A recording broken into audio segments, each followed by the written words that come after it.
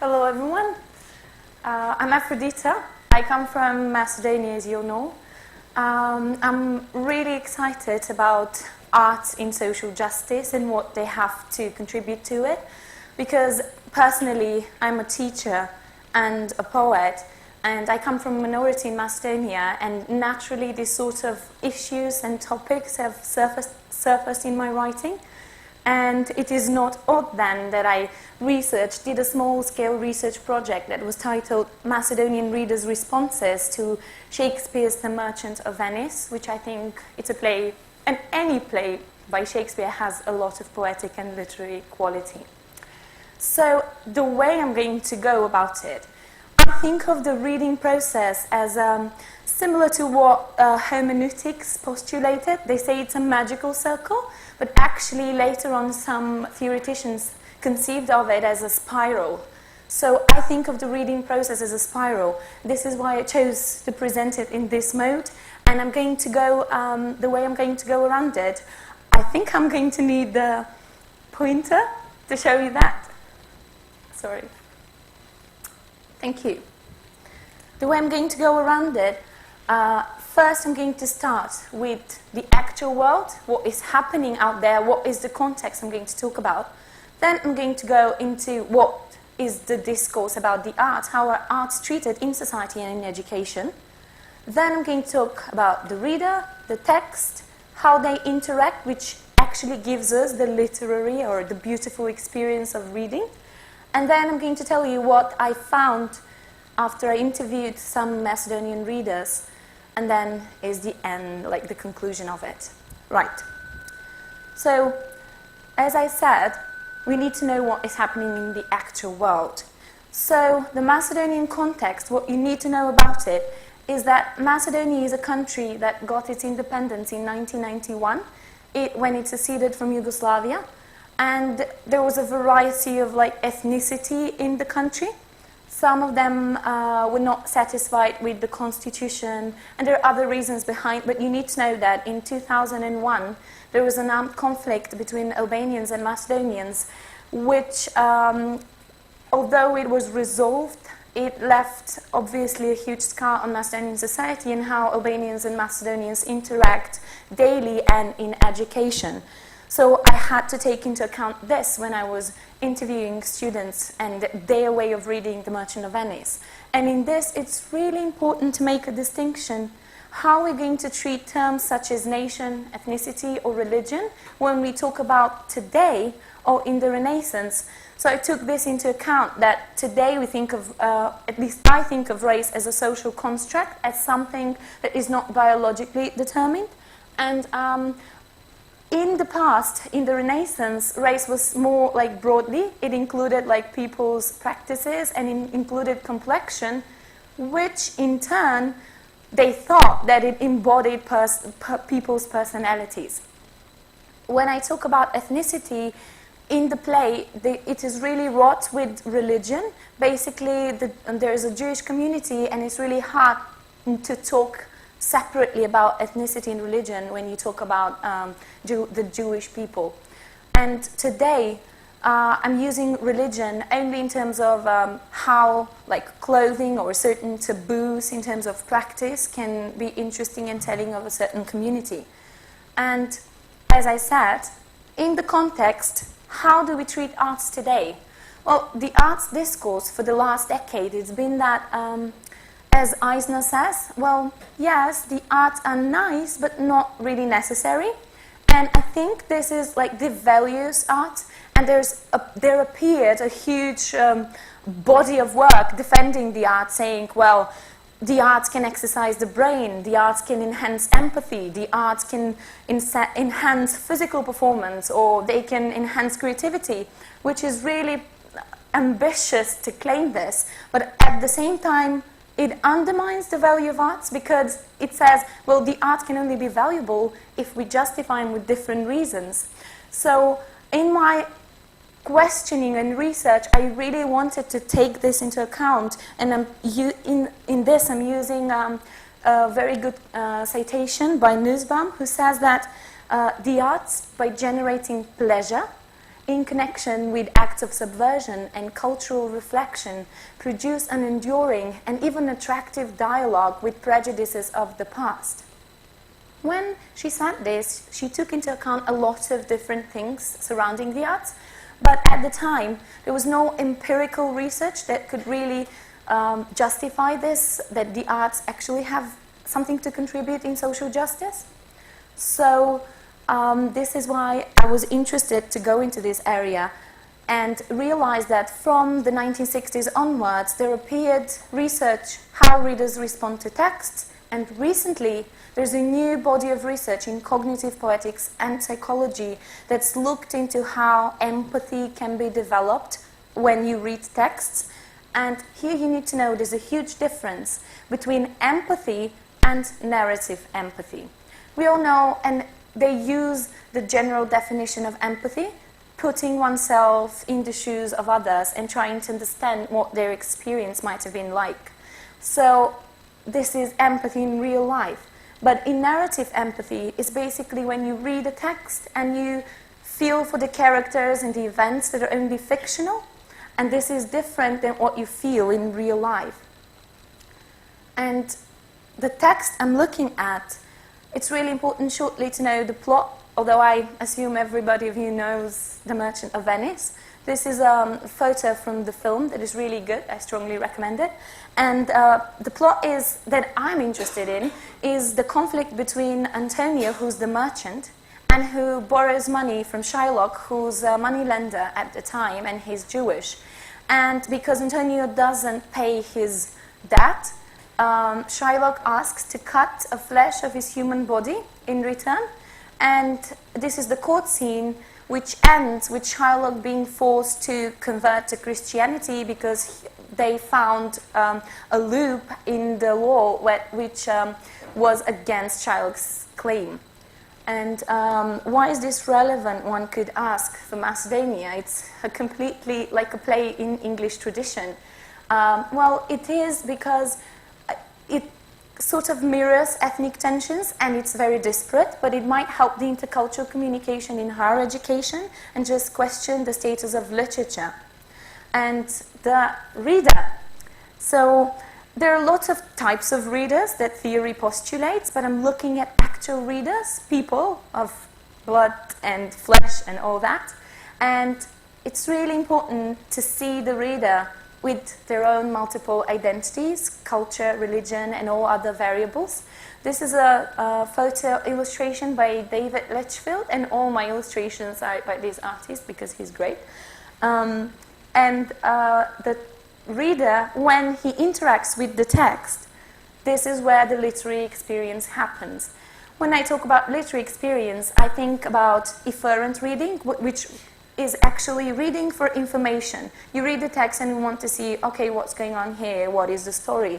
But then later on, when you go deeper, you experience this pleasurable, even transformative experience, which is called the aesthetic reading, living with the characters and with the events like as they're ongoing with the reading process and later on.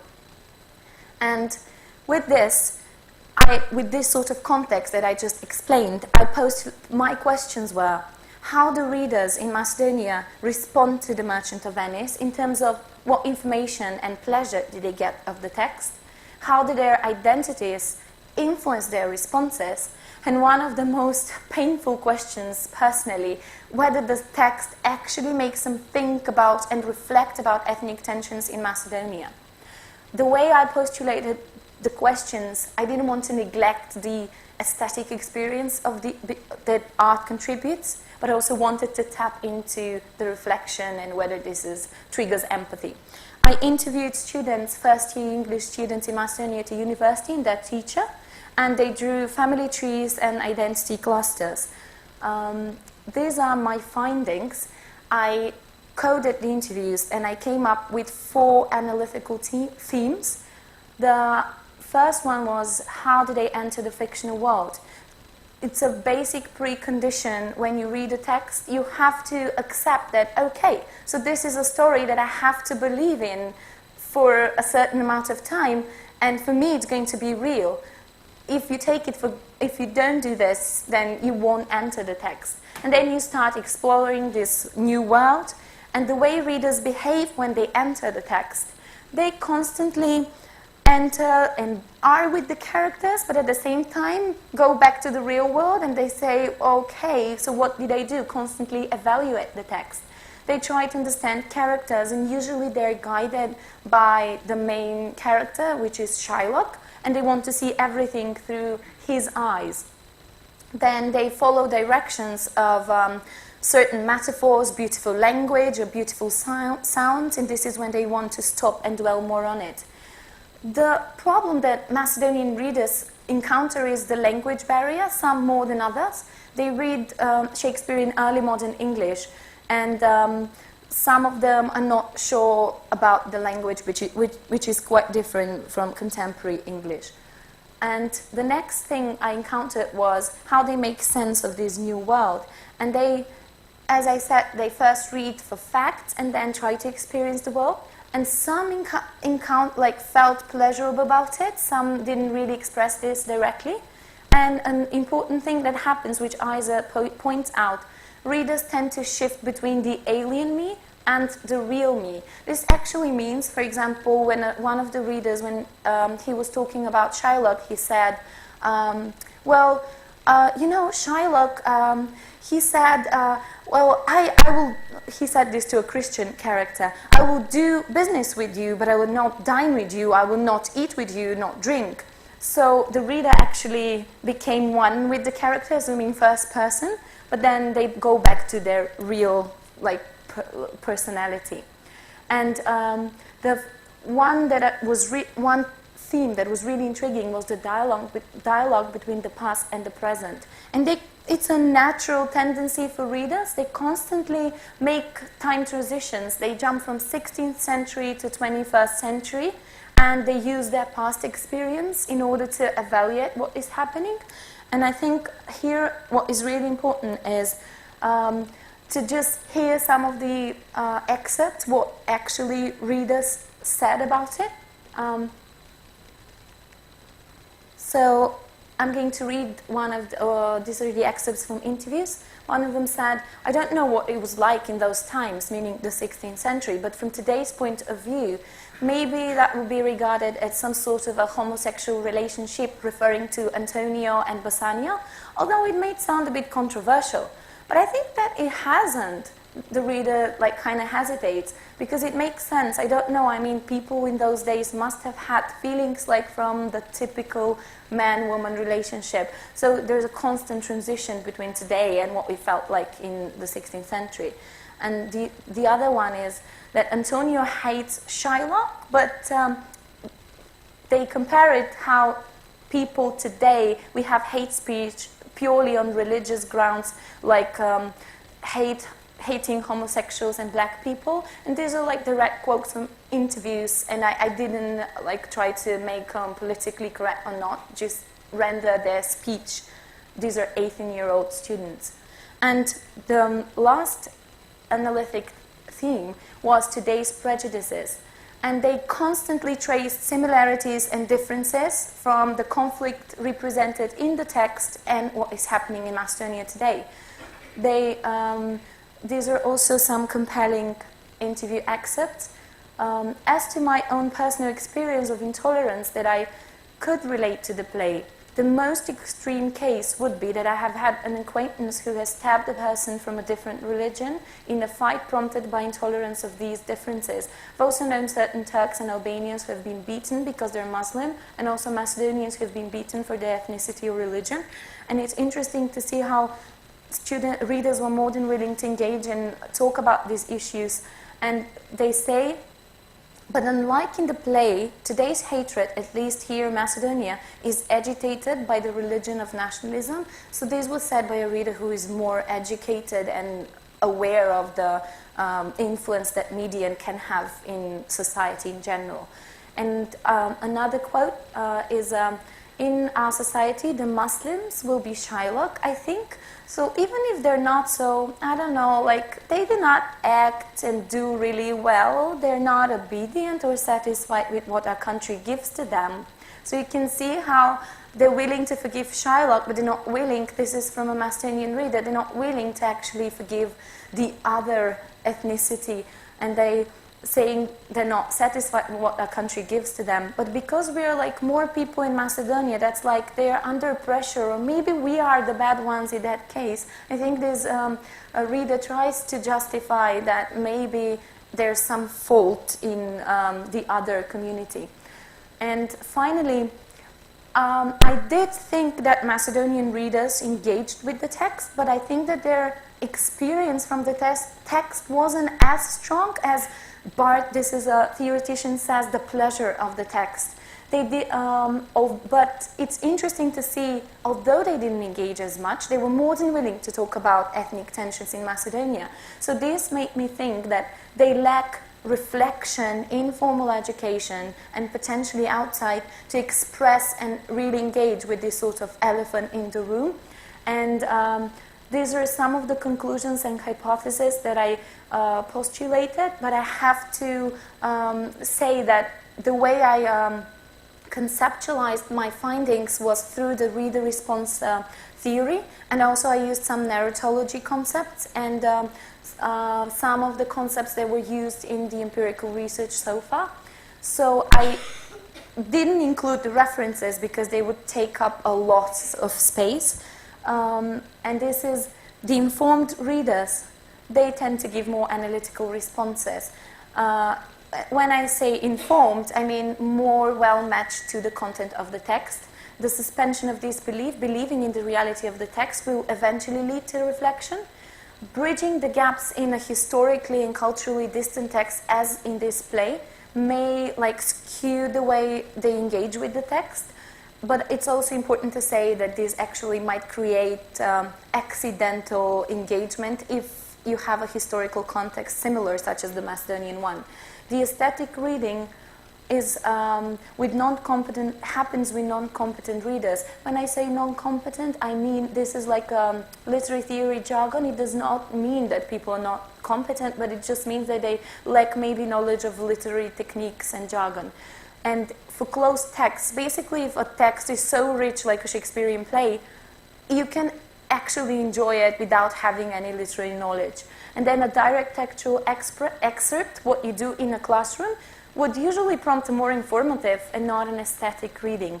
And a character's identification, when you feel empathy for characters, you tend to estrange from yourself and forget about yourself for a certain period of time. And then the literary stimuli, the beauty of the text, catches readers' attentions, as Rosenblatt said. And finally, the culture does affect the way you read, but if you lack more knowledge about the text, then the interference from your culture and personal experience will be bigger. And finally, the most important thing is that narrative empathy does not assume empathy we feel for real people. There has to be a longer period of reflection, and other variables are in question, such as education, upbringing, to say that yes, this text might actually trigger some empathy in the real world. And I was encouraged in this small-scale research because I got a sort of chain-like relationship in my findings, which for an exploratory study like this is really encouraging. They call it concatenation, and with time, if you have more sort of research, this type of research, you can actually say that they're valid. And now, having looked at this, I'm looking forward to explore art interventions, and this is because I think that art interventions can offer not only relying on the reading of a text, but also writing and experiencing the creative process, and at the same time allow you space for reflection, actually for readers, which will enhance the hope that literary experience can give us something for social justice. And finally, I'd like to thank my former supervisor, Kathy Burke, Maria Nikolova, who's now published a book on reader responses, and I'm really looking forward to reading that, and David Whitley, and Pam Bernard, also, who's been a rock in this research. Thank Thank you.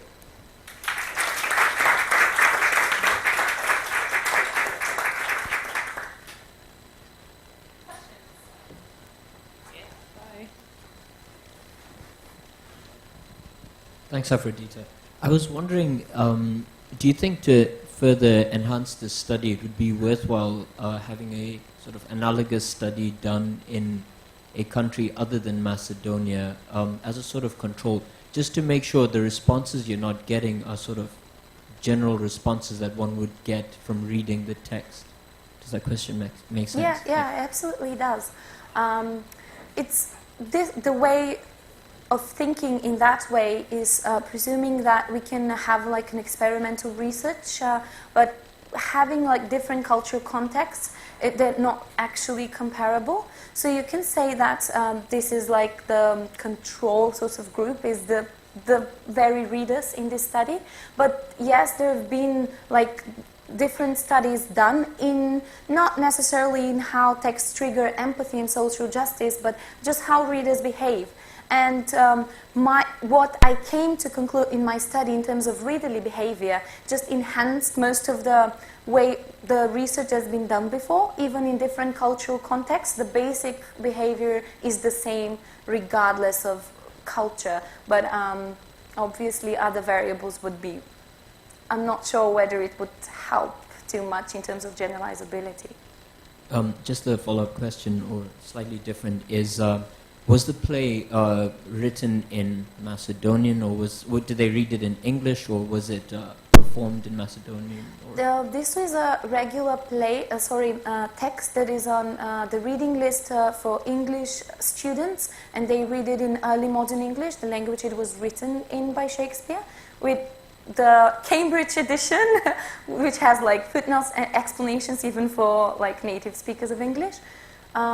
So I think it provides a more authentic experience, but it was not performed. That's why I call it literary text. I was interested in response to text rather than to stage, which would be completely different thing.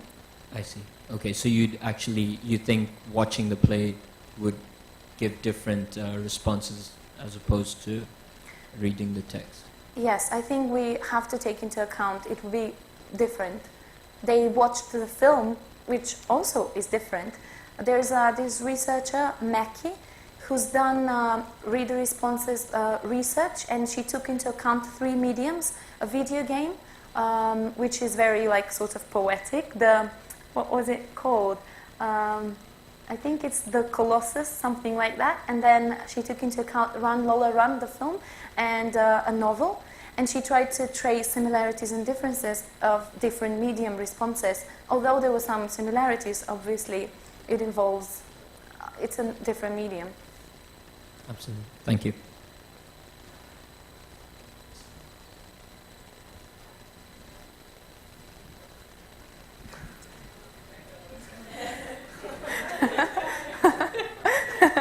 Thank you so much. That was such an interesting and insightful talk.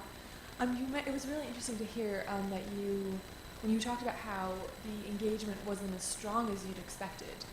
And I found in my research too that often the things that are most interesting in interviews are the things that are not said, the things that are sort of left out, that people avoid talking about and don't want to explicitly talk to. And it sounds like you experienced a little bit of that as well when people didn't engage as strongly. And I was wondering if you could just elaborate a little bit on that and maybe could share a little bit of what was maybe not said, but what you sensed anyways.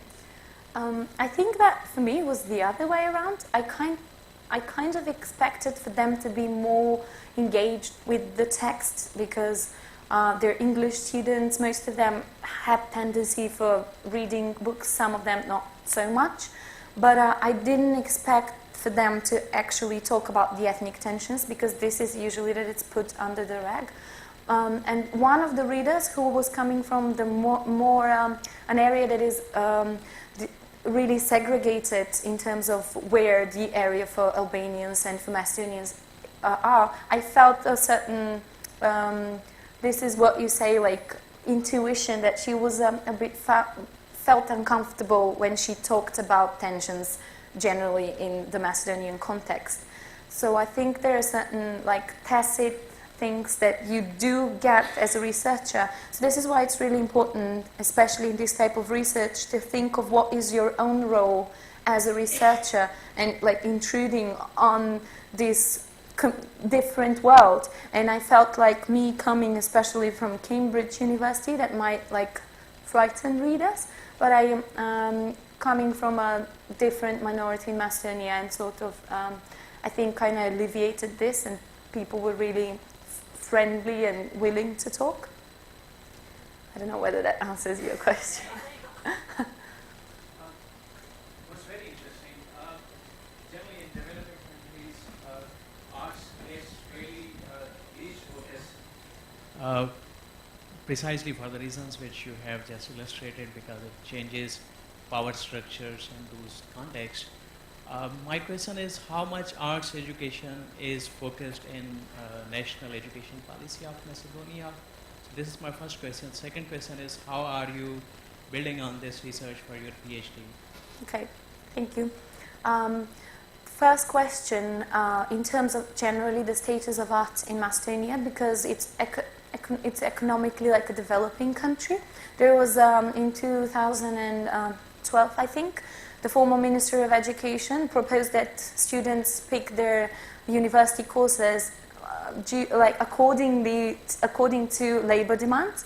So they were also cut in terms of like visual arts in high schools, and I feel that there is, obviously they have to include English literature and other arts in the national curriculum, but they are actually trying to like turn around this as much as possible. And even in the what you call the equivalent for the PGCE, I think it's here in Macedonia, they don't have arts, same as in Britain.